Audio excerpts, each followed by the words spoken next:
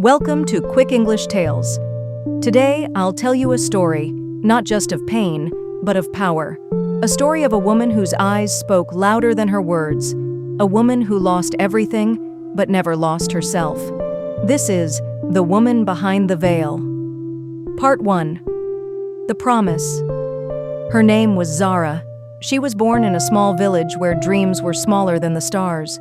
Her days were filled with dust, her nights with stories.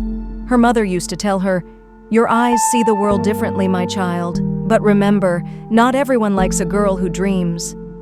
Zara's father left when she was 8. He crossed the border, searching for work, promising he'd return. Every night her mother whispered, "He'll come back soon, Zara." He promised. But years passed, and promises faded like footsteps in sand. Still, Zara dreamed to become a teacher, to teach little girls like her. Every night when the village slept, she read by candlelight, torn pages, secret hopes. Her mother smiled quietly, knowing her daughter's heart burned with something bigger than fear. Part 2. The Storm. When Zara turned 19, the war came. It arrived not with warning, but with fire. The night sky turned red. Men shouted, mothers screamed, children hid beneath broken walls. Zara grabbed her little brother Kareem and ran. Her mother's voice echoed, "Go, don't look back." But she did, and that was the last time she saw her. For 3 days, Zara and Kareem walked through ruins, hungry, barefoot, afraid. When they reached a refugee camp, Kareem was sick.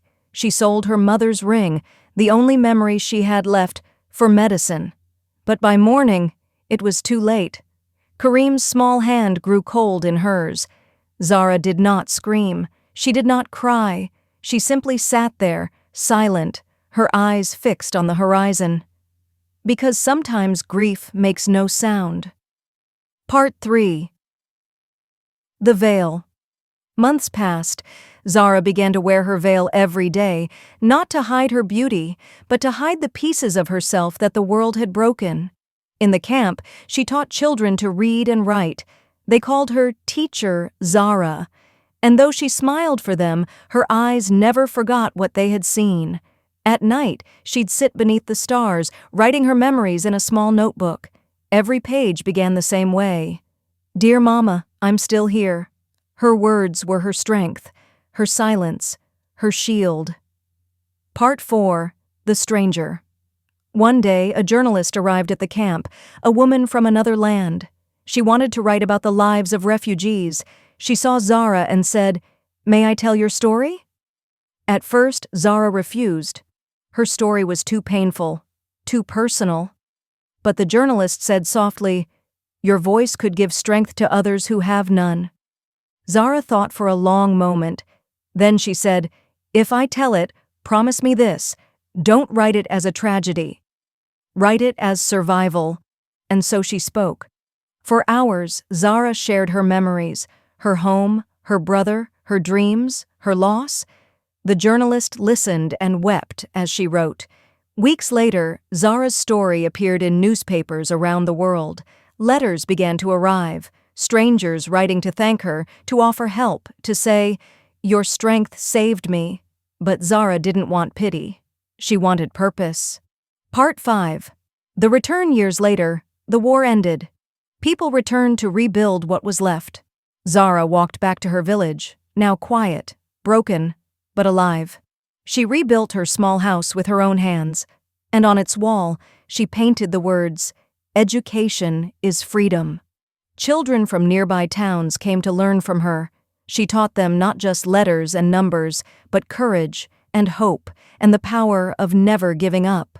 One little girl once asked her, "Teacher, why do you always wear your veil?" Zara smiled softly. "Because some scars live on the skin," she said, "and some live deeper, and both deserve to be respected." Part 6. Her Legacy. Years passed. Zara grew older, but her eyes never lost their light.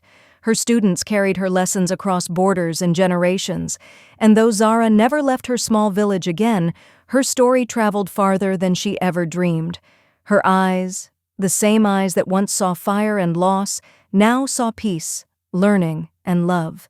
They say her eyes could tell 1,000 stories, but maybe there was only one.